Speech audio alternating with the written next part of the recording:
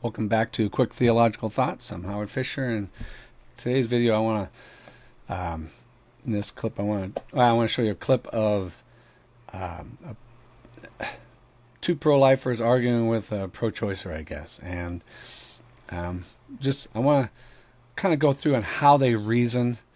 About the topic is about that they're discussing in this particular clip is human life. When does human life begin? What is it? When's its value start? Those kinds of things. And it's just a clip, but I want to discuss how we approach these things. What do these pro-lifers, how do they respond? And just kind of go from there. So let's pull up the video and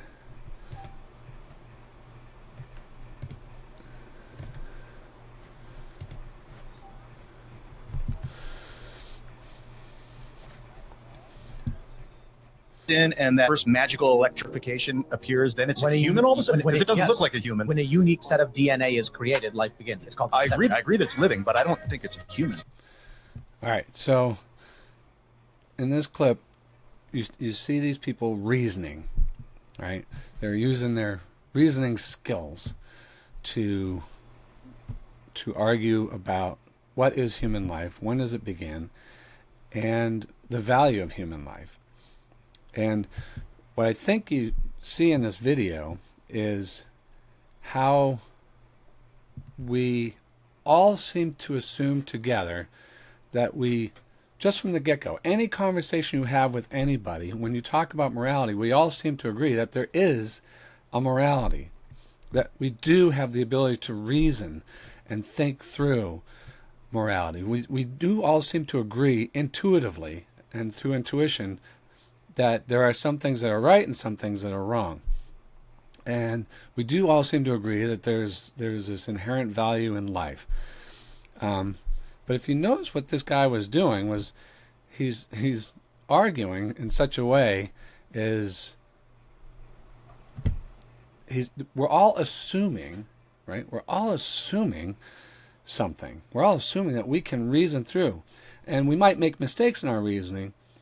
And so we're all trying to argue to come up with the best forms of argumentation, right? Which is the best reason, which is the best conclusion based upon solid reasons and that kind of thing.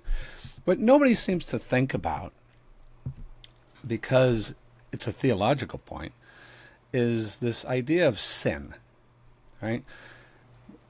When we make mistakes in our reasoning, we can just say we're making mistakes. I missed a step. I didn't do a logical, I didn't come to a logical conclusion. I came to an irrational or illogical conclusion. We might say things like that. We might have jumped. We might have assumed our conclusion in our starting point. And so we falsely concluded what we already believed. Circular reasoning, right? We all do things like that. But what isn't being considered is sin. If we start reasoning apart from the triune God's existence having made us to be able to think and to reason and to do logic, then our reasoning and our morality are subject to the dominion of sin. We don't think about that. We're slaves of sin. Our reasoning becomes sinful if we do not start with the triune God. It is by definition that way, right? But we don't even consider that. We don't think that. We are creatures that think we're all good. The guy I look at in the mirror this morning, he makes mistakes, but he's not an axe murderer. We think that way, and the truth is that our reasoning is enslaved to sin when we don't consider and we don't start with the triune God, his gospel that brings us out of sin into a right relationship with the triune God and his revelation, right? So we end up misinterpreting the world because we start off as sinners. And so this guy has no grounding for anything that he's saying. Nothing. So let's continue on. Let's think about what's being said here. He does say, let's back up. At what point is an egg a human? Like, so it doesn't have a always brain, it human. doesn't have a heartbeat. Is a sperm a human before it fertilizes the egg? Is it a human right when it's banging on the egg's outer wall? Only So he's asking good questions, but he's asking them as if there's no answer, right? He's asking like a skeptic. Is it this? Is it that? Is this? How can you say this? How can you say that? And yet he's using reason. He's using logic. He's using science. He's using all these things, but he's using them improperly. He's using them sinfully. He says this. only once it's in and that first magical electrification appears, then it's a human all of a sudden? Because it doesn't look like a human. When a unique So he says, well, it doesn't look like a human. So once the sperm and the egg come together, well, it doesn't look like a human. How can you say it's a human? And what I liked about the two that respond is that they do give a scientific explanation that's reasonable and consistent to show that human life starts at conception. I think that's fair enough. But it's not really answering this guy's question because it's a big yawn. It's a so what? Because the guy that they're talking to isn't grounded in anything. It's complete skepticism. It's completely sinful. They're not dealing with the heart of the problem. The heart of the problem is sin. The heart of the problem is that he's in denial of the triune God. The heart of the problem is he's in denial that he's created by God in the image of God, and that he's in denial that God has even given to us revelation in the first place, which is why he's just simply saying, you can't prove any of this to me. Right? And these two are trying to use science as if this guy agrees with their worldview. And even though they come up with an answer that says, look, we can trace our life all the way back to the beginning, that he doesn't see it that way. And the reason he doesn't see it that way isn't just merely logic. It isn't just merely reason. It's because he's a sinner suppressing the truth and the knowledge of God. Now, when we agree that, let's say we agree with the reasoning that's going on here, with the answers that these two give him, that human life goes all the way back to the beginning of conception, starting at conception forward. Okay, so they're giving, I think, consistent, solid answers. My life goes through different stages, right, of development. When I was born, I was an infant.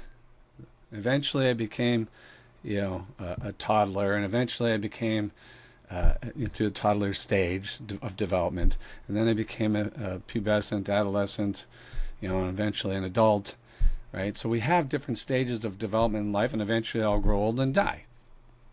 And so, what happened 5 minutes prior to birth? Right? Really, I'm still an infant. I'm just, my location is different.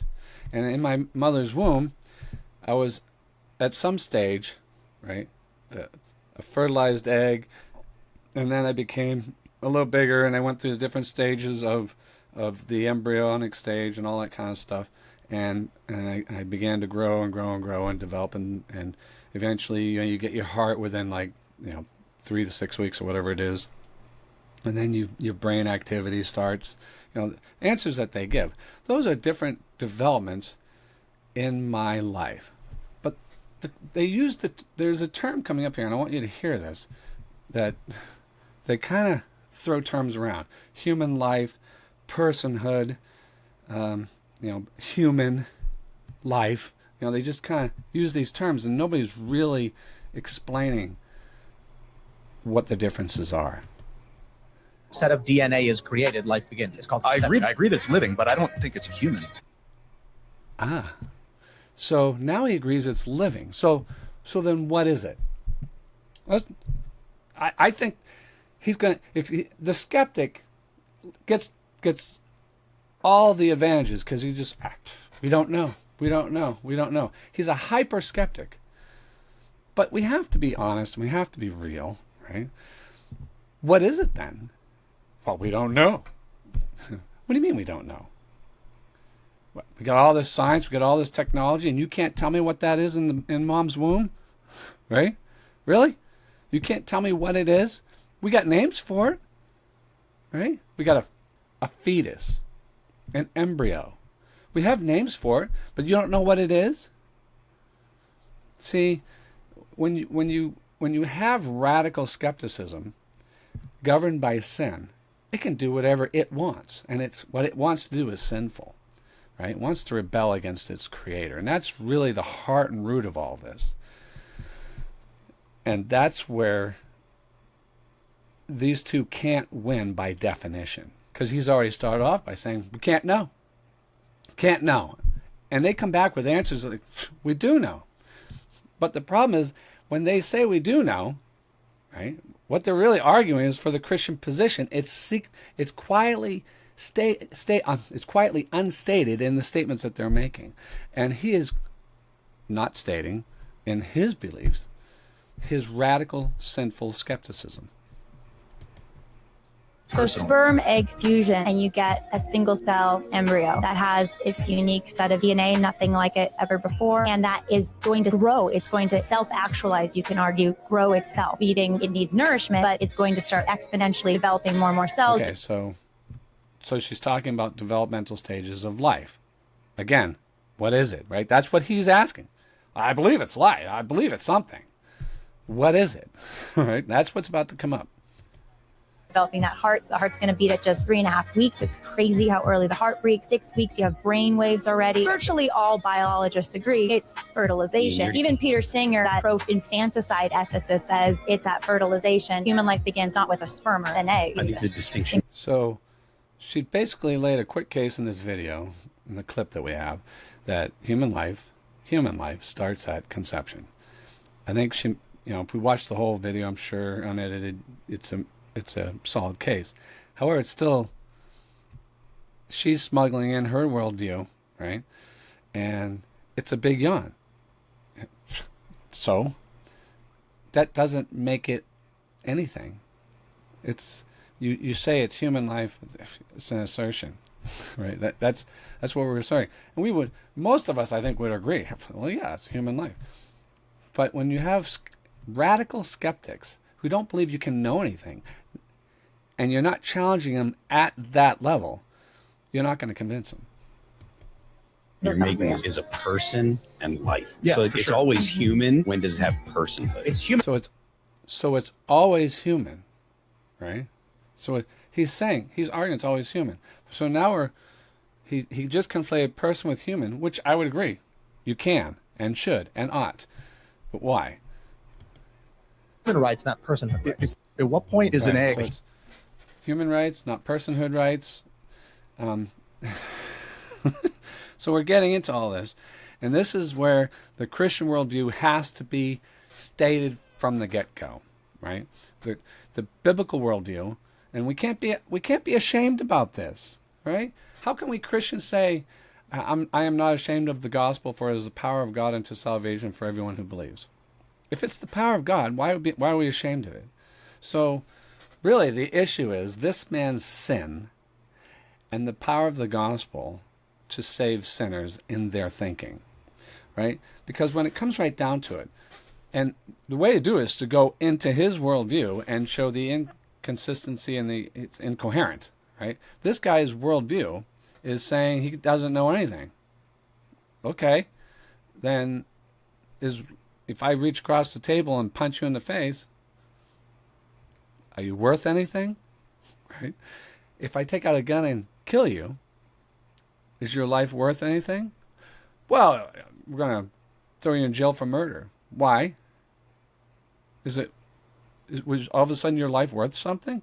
What gave your life value to the point where if I committed murder, I have to go to prison, or I get the death penalty, or whatever? Why?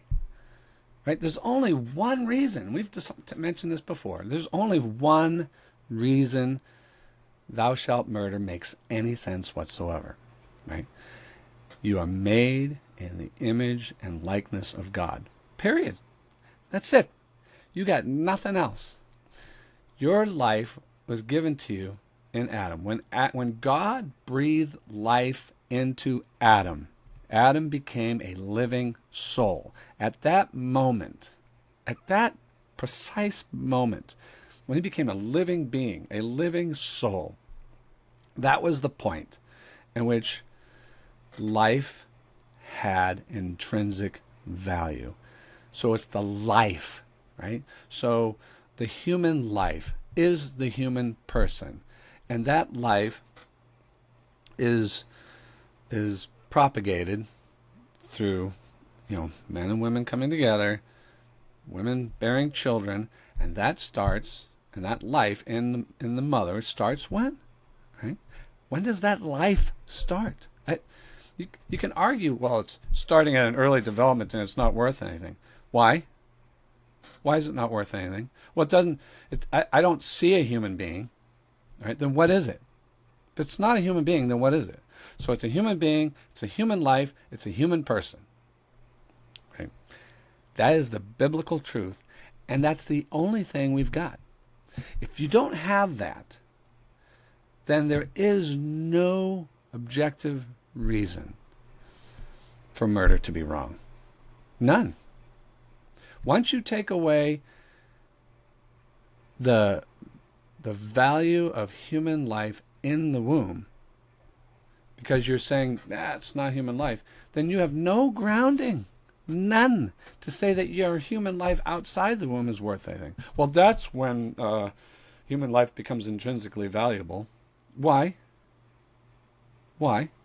Scripture says that God knew us in the womb. Scripture says that God made us in the womb. Scripture says that God made the system of how we propagate the human race, right? God made it this way. God made and designed the family to function this way. In the beginning, right, God made the heavens and the earth. God made man in his own image, according to his own likeness. To do what? Oh, to be fruitful, multiply, fill the earth. How does the multiplication process happen? When we multiply, what are we multiplying out? We're not putting forth doggies and kitties. What's in that early stage, that embryonic stage? Well, what is that? Is it a doggy or a kitty or some other unnamed thing we haven't thought of yet? Is it another kind of life? Is it an alien life? Is it a Martian? What is it? What is the embryo? What is the fetus 5 minutes before it's born, 3 months before it's born, 6 months before it's born? What is it? Right? What is it? It's human life. We all know this. We all know this. And what this guy is doing is he is suppressing the truth and the knowledge of God, and he's doing so in wickedness and unrighteousness. And he's exchanging the truth of God for a lie. That's exactly what Romans 1 tells us. He is taking his knowledge of the one true God, moving it away, and installing an idol. Himself, whatever. Some creature, something that is made, something in the universe, something that is not God himself. And that is the problem. So, anyway, that abortion, a willing abortion where a woman goes out and, it's not life-saving or anything like that. When a woman has an abortion, what do you think it must be? Right? It's the killing, it's the murder of an innocent human life. Designed by God. The family is designed by God. Male and female, we are designed by God. And when we kill our children in the womb, right, that's what we're doing. We are saying all of life is not valuable. We are denying the creator-creature relationship. We are denying that we are made in the image and likeness of God. We are denying God's purpose for us. We are denying the basic family tenets of father, mother, children, right? We are denying the purpose of God to be fruitful, to multiply, and to fill the earth with the glory of God.